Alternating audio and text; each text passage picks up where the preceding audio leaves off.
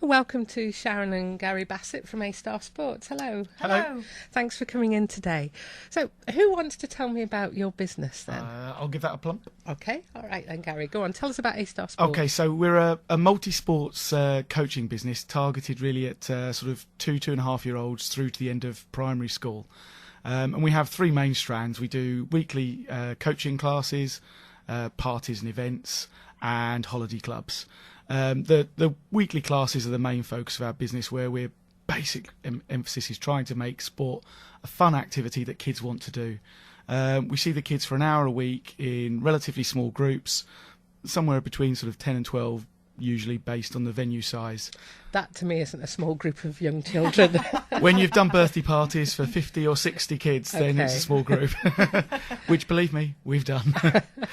And really the younger ones, we start with just introducing them to sport, movement and working on all of their basic core skills in a fun way, making it games so that they all get success.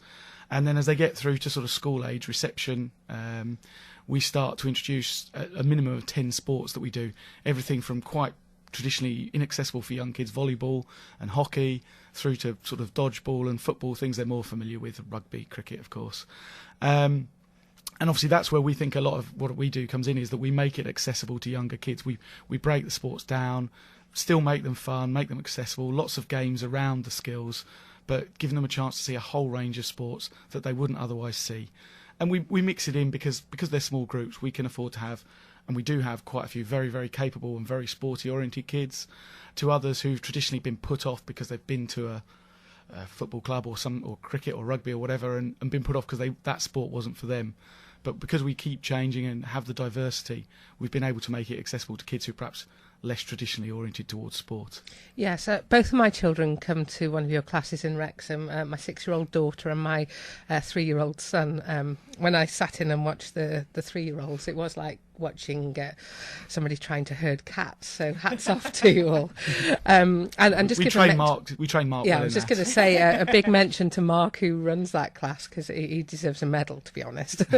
But they get introduced to sports that I hadn't heard of half of the sports that you do with them, and they really do have fun. So whereabouts do you do your classes then? We operate all throughout Chester and in Wrexham as well, and on the Wirral for one of our days. So we've got over 60 classes where we run them, sometimes 6, one after the other on a particular day in a particular venue. And in our Wrexham venues, we have St Margaret's Church and Community Hall in Garden Village, and we have Gresford Memorial Hall. And in both of those venues, we're just a bit mad, just a bit crazy, and we have lots and lots of fun. Brilliant. Well, I can say I sit in on most of the classes. That there's quite a nice crowd of mums have a good chat in the classes, and dads as well, and it is fun. Yeah, it is. We try to make it entertainment for the parents as well. That is true. I mean, most of the places as well, the mums can get a cup of coffee from the kitchen. I know you can in St Margaret's. For a small donation, you can make yourself a cup of coffee. And at least then you can sort of see what's going on, and when the children come home and say, "Oh, can we do that thing again, Mum?" You've got some idea of what went on. Yeah, don't just say no, wait till next week. So where can people find out more about your business then? Well, we do have a national website. That's astarsports.co.uk, and that's a-star sports. And basically we've got all our information on there, but we also have a local Facebook page. We're on Twitter. We're in Kids Guide and Kids Direct, which are traditionally sort of the website and the booklet that comes out in book bags at schools. And we're everywhere. We hope to be everywhere. In play groups, and if you've got a play group that you want us to come and introduce ourselves to, or nurseries, just give us a shout. Okay, brilliant. So how long have you been in this business? I've actually been coaching sports to this sort of age range for 6 to 7 years now, since I gave up the corporate rat race, so to speak. And so what were you doing beforehand? For myself, I was actually a human resources director. Most of my career I spent sort of 9 or 10 years with Lego, looking after North Europe, or I was based out of Munich looking after Central and Southern Europe. So looking after the children in the boardroom, shall we say. Which is easier? Very different. The children the proper children are far more honest, shall we say. It's a lot easier in that regard. Yeah, a lot more straightforward, I assume. Yeah. Sharon, what did you do? Well, I was a marketing director traditionally, and then the last few years before the change of career to sports, I was the school manager for the School of Psychology at Bangor University.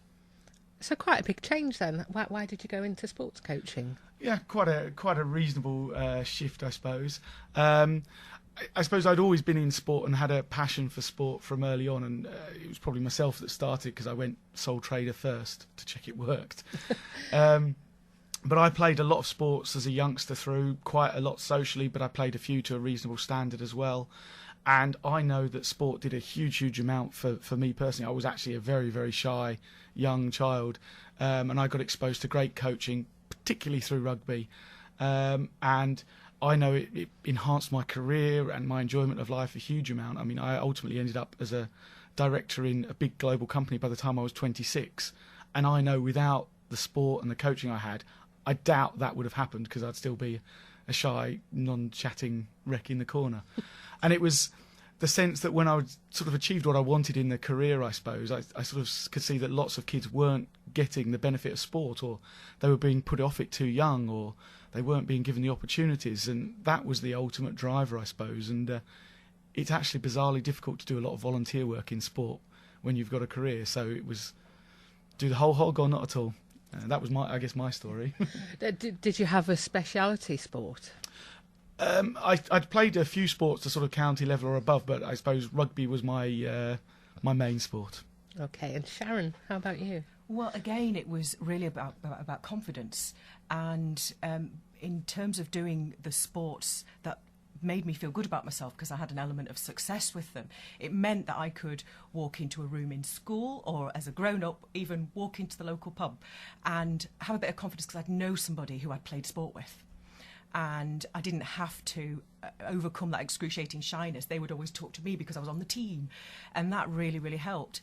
When I did my first degree, it was a French degree, which is bizarrely nothing to do with sport, but the way that I got very, very good at speaking French is that as soon as I got there, I joined the sports teams and had this automatic sort of social group that I could just chat to and improve and really have a lot of fun with. And my sort of first passion for sport is rugby union. Big up for rugby union. Do you play yourself? I used to play. We're very careful these days because we don't want to get injured so that we can't turn up to classes, because the kids are usually devastated if we don't turn up to classes. So I used to play in my university first team.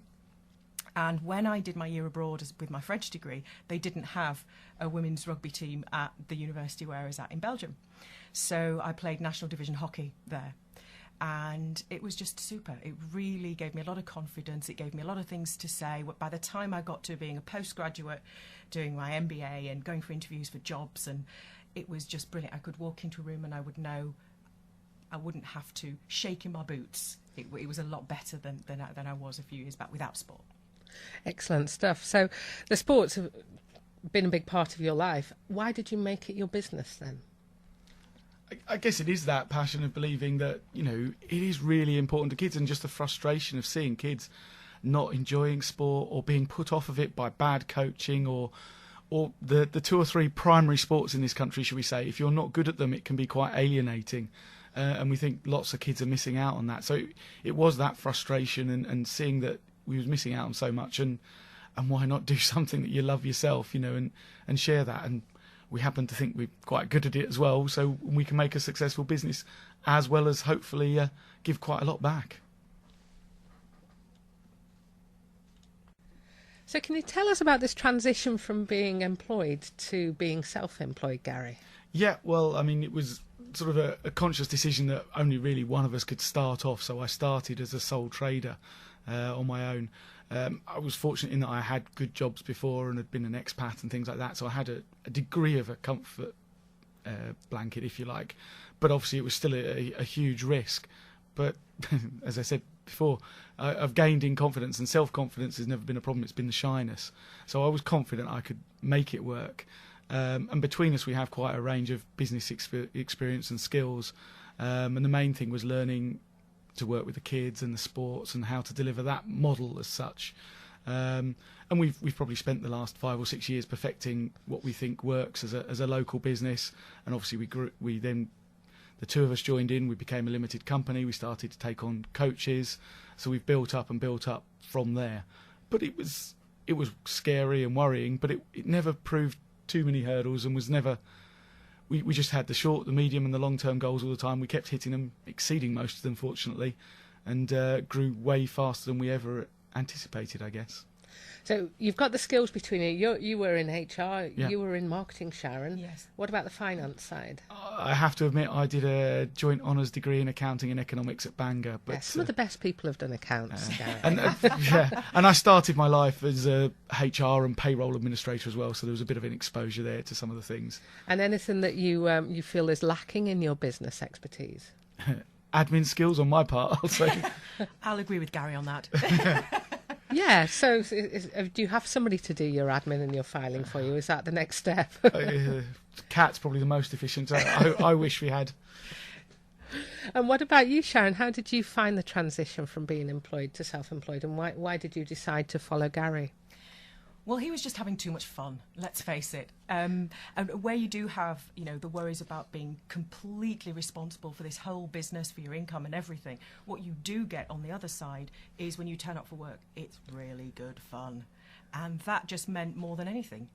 And the fact that I think it was so much fun, and clearly we have a great time when we do it, means that the kids are having a great time too. And that in itself is a great business model. Fun. I love it. Yeah.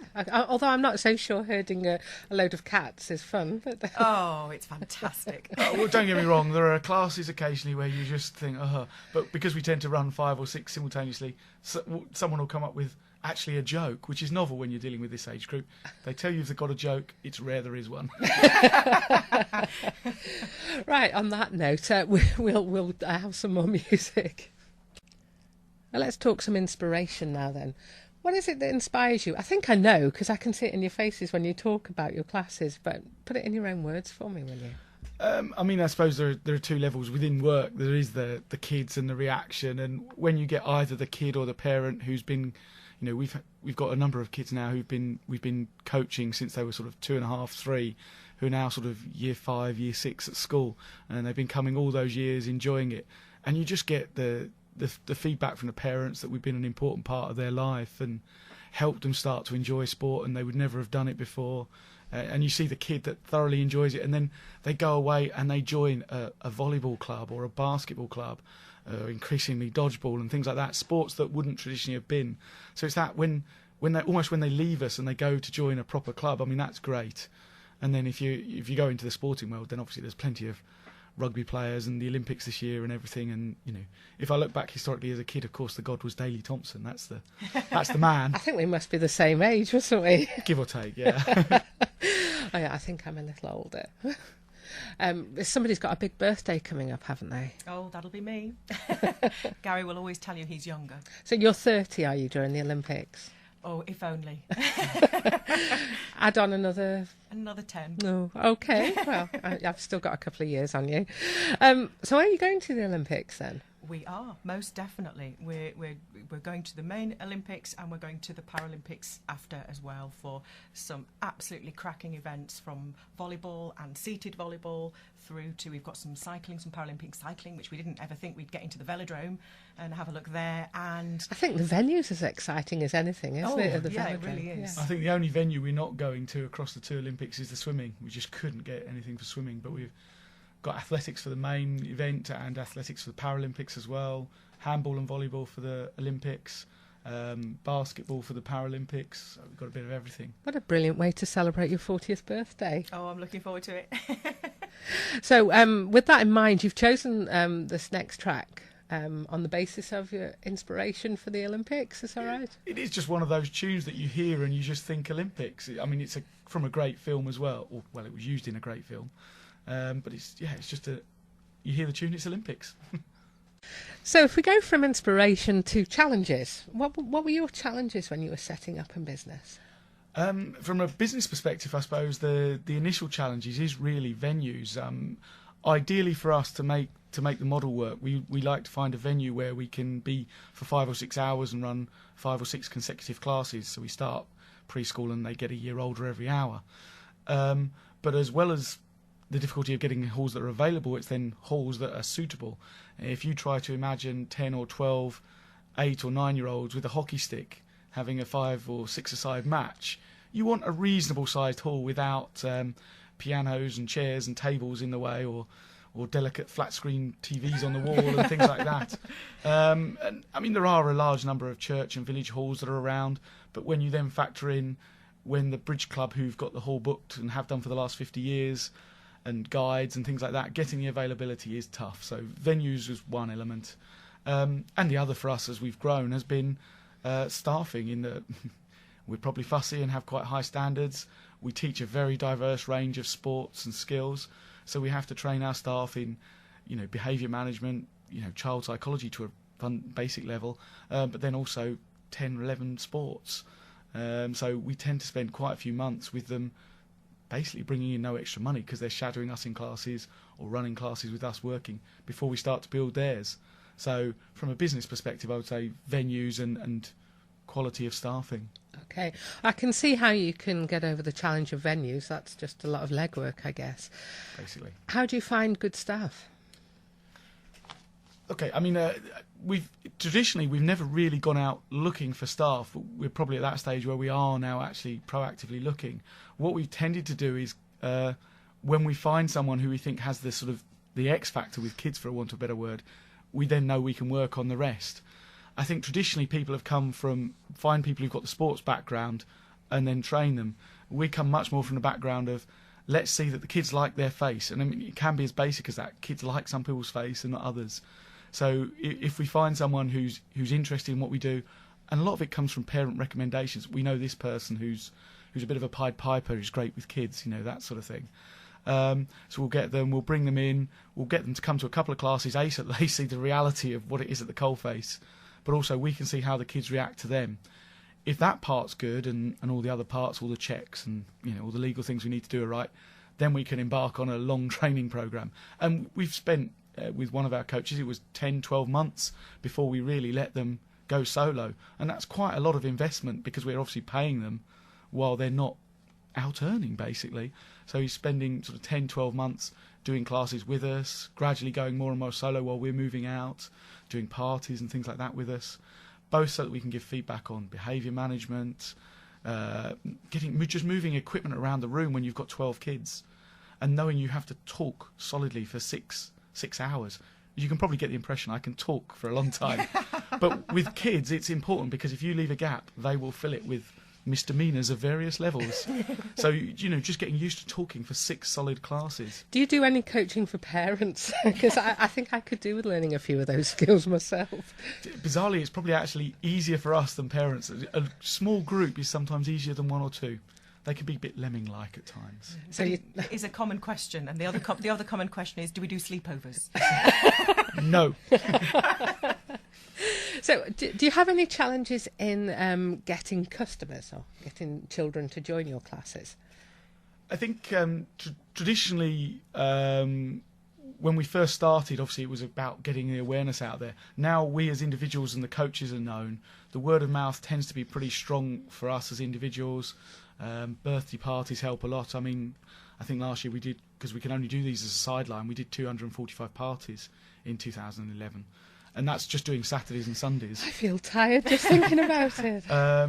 Now, I mean, a lot of our classes have quite long waiting lists, but there's always traditional venues or the odd class that we just can't get up to 10 or 12. We quite happily will run with the lower numbers for a period of time because it tends to go in cycles. But it's little patches. Yeah. And some locations, it takes a while longer. Yeah, and some locations have a tricky setup within the education system whereby they have 1 week of mornings in preschool, 1 week of afternoons in preschool. So attending a regular class for parents and even working parents with their own work schedules, that's a very, very tricky thing. We've tried to be versatile and offer fortnightly classes, but then you end up with half of them can come 1 week and half of them can only come the next week, and trying to sort of build the dynamics of that and the teamwork within those groups can be quite tricky. But what we do find is we have great mums and dads and great grandmas and granddads that go out and spread the word, and really there's no, you can't buy that kind of marketing, put it that way. And you said that you're happy to go out to nurseries, playgroups and to do demos. Yeah, I mean, we do sort of quite a lot of free sessions just to help them in health weeks and things like that. But then we don't really target the education market, but we do help quite a few preschools and nurseries where they want us to come in once a month or once a half term and do something. We do that, and we try to do them a good rate to help them, because obviously it's the feeder market for us as well. But we don't target the education market. We'd much rather deal with the parents and the kids direct out of school, if you like. So if a parent was interested and wondered if their children would be interested in the class, do you invite them along for a trial session? The first class is always a free try. We tend to only allow them to have a free try if there is a space in the class, because the vast majority enjoy it, and we know we're only storing up a problem if we let them come for a free trial and then say you're on a waiting list. But some classes have waiting lists, others have got spaces, so it's generally a logistical exercise finding the right class rather than anything else. Okay. But the first one's free. So if you could tell me about your typical day, because I haven't got a clue how you would structure your day. I don't suppose you're a 9-to-5 business. We're not a 9-to-5 business, no, but it's what we do tend to do as a normal structure is we'll get all the admin done in the morning, so we'll get up at normal time and work through emails and inquiries and any sort of advertising and marketing and things that we're doing. By lunchtime, if we're working from sort of September to December, then we'll have a lunch at home, and then we're off to classes from early afternoon right the way through to mid-evening. And we can do anywhere between 3 to 6 classes on the spin. After Christmas is another story, because we get our new intake of 2.5 to 3.5-year-olds. So we add an extra class onto the day, which generally means you do your normal morning, you grab a butty, and you're off in the car. So but it's all good fun and very busy, which we like. And it's probably changed a lot at the moment, because also now we're well established as a local business and growing, and we've still got developments coming in the local business. We are now at the stage where we're trying to make it more of a national business, and we've got a couple of other territories and some partners we're working with as we're about to branch out and franchise it nationally. And of course that's a whole new raft of work that we have to squeeze in the mornings and around parties at the weekends and things like that. So we're almost doing 2 jobs at the moment, just to... Yeah, I mean, managing a national franchise, that's no small job, is it? Are you ready for it? I think one of the main things that we've been very careful to do over the last few months is to put in place the systems that will, in many ways, run the simple bits themselves. So that they're very robust systems that people can rely on, both from an IT point of view and from having all the tools for marketing already prepared.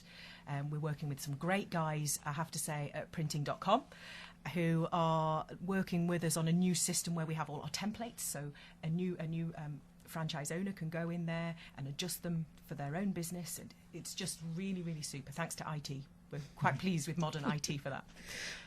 And I think what we've been careful to do is make sure everything we're doing is scalable, whether we end up with 20 franchises or 200. And we've been careful to work with the right partners. We have spent money. It's not been a cheap process to make sure we work with the right consultants and everyone to get all the operations manuals, everything documented properly, and so that we're ready to go. And that's when we'll really pull the trigger, sort of March, April. But we already have, because we've got partners as well. It's not just us, as a couple of other coaching businesses that we've effectively gone in with. So we have quite a range of backgrounds and skills between us, and we can spread the work. It's probably unusual to have a group of 6 as the directors of a franchise company, but because we're all running a franchise ourselves, we know what it's like. We know what we want to come out of it. We will know how to run an ethical franchise business, and we will still be franchisees on the receiving end of our own policies, so we'll know what's working and what's not. I mean, that's the beauty of a franchise, isn't it? Because you know that somebody's found all the pitfalls of the business before you enter We've it. spent 6 or 7 years doing that, yeah. Okay. And so what would be the nature of the franchise? How are you planning to roll it out across the country? I mean, basically it will be that's the same model that we'll be offering people territories that have, broadly speaking, around about 35,000 children in that 0 to 11 age range, to make it an area which we know is sustainable as a business. You can build quite a big business out of that. And a protected area. Yes, yeah. And they will then use our model for classes and all of our operating and lesson plans. They'll do parties in one of a couple of formats, holiday clubs. We provide all the marketing materials, the website, things like that. And obviously we're looking for people who either, like ourselves, want to do the career change and believe passionately in what we do. Maybe people coming from a more coaching background who want to go out on their own. And we quite passionately believe in building coaching children up as a more recognised part of sports coaching. It's traditionally perhaps people orientate towards the elite end of coaching, whereas we actually think, if we build the pool by having a far better and more capable bunch of kids who enjoy sport at the young end, there will be a bigger pool targeting elite as well.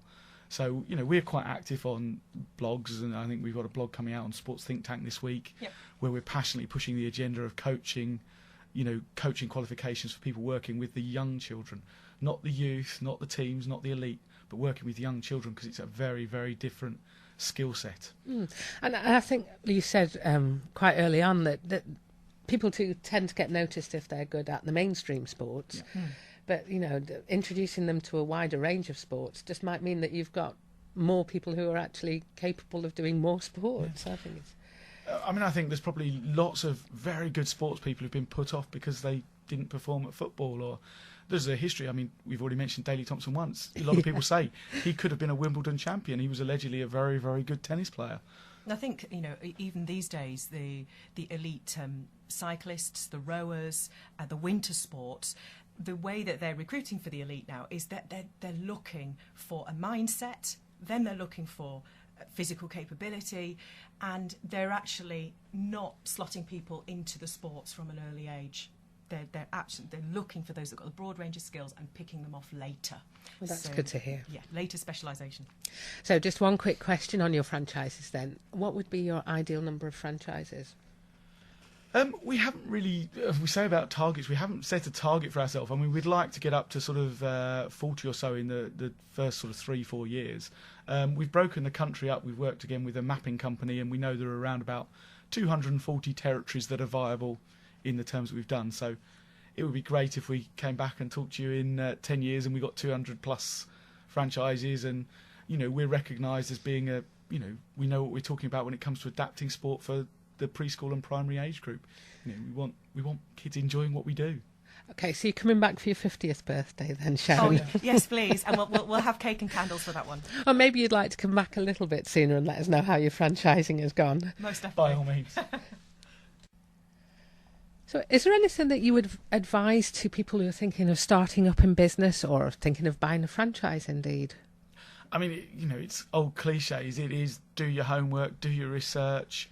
As you say, if it's particularly a franchise, do your homework on the franchisor, check them out. We would proactively push people to look at the resources bodies like the British Franchise Association have, the checklist they will say for what you should check to check a franchisor is doing, their history and what they're providing. Obviously, we say that because we're fairly confident we'll tick those boxes, but that's the sort of thing you should be doing, and go through your business model. Make sure you've got an idea of what you really have to do to survive and what will be success and things like that. And I think it's really important as well to talk to other people that are in the position that you think you're going to be in. So talk to other franchise owners, both within the business that you're aiming for and within other businesses as well, because I think it's very important to see that to be in a position to recommend to franchisors other ways of doing things too. The feedback works both ways throughout this kind of process. Okay, so just to remind us where we could find out some more information about your company, and will the information about the franchises be in the same place as well? Yeah. The website is a-starsports.co.uk, and there is already a small section that will be growing because we're really trying to launch sort of March, April, when all the full documentation is in place to enable us to support the model that we work to. But certainly there are already initial details there. If people are interested, they can call us. We'll send them a prospectus. If that's of interest, then we'll meet with them, show them some classes. We can deliver them a sort of more detailed memorandum then about the offer, basically. So a lot of that is already in place. But the same as we would say with people locally interested in parties, classes or clubs, give us a call, drop us an email, and you can do that via the website, and we can talk you through it. Okay, lovely. Well, I was just wondering if you'd give us a quick reminder again of the Wrexham-based classes, what days they're on and the times, and where people can find you. Well, on Wednesdays, we're in St Margaret's Church and Community Hall in Garden Village, and those classes run from 2:40 in the afternoon for the little ones, 3:40, 4:40 as they get an academic year older. The same system also works with Gresford Memorial Hall, but that's on Mondays, and the classes there start with the very youngest ones at 1:40, and then again there are 6 classes on the spin there, so we go right the way up to year 3+. Okay. Well, is there anything else you wanted to say before we go? Because I think we're just about at the end of the show. I was going to say, really, I think the only thing as well is if we're not immediately in the areas, we are always looking for new venues where we may be able to do it. We have a couple earmarked if we can get staff up to speed and ready to do those. And I know one that we're being pushed by some parents for is Farndon, which obviously is out to one side of Wrexham as well. And we do quite a few parties on the sort of more into Hart or southern Wrexham. So we'll always be keeping an eye open for new venues that could sustain some good classes. Okay, so if there's any villages out there that want you to come and visit them and do a regular class, then let them get in touch. So it's A-Sports. A-Starsports.co.uk, and it's Sharon and Gary Bassett that you want to speak to. Thanks ever so much for coming into the studio to do this recording, and I'll see you again shortly, hopefully. No problem. Thank you very much.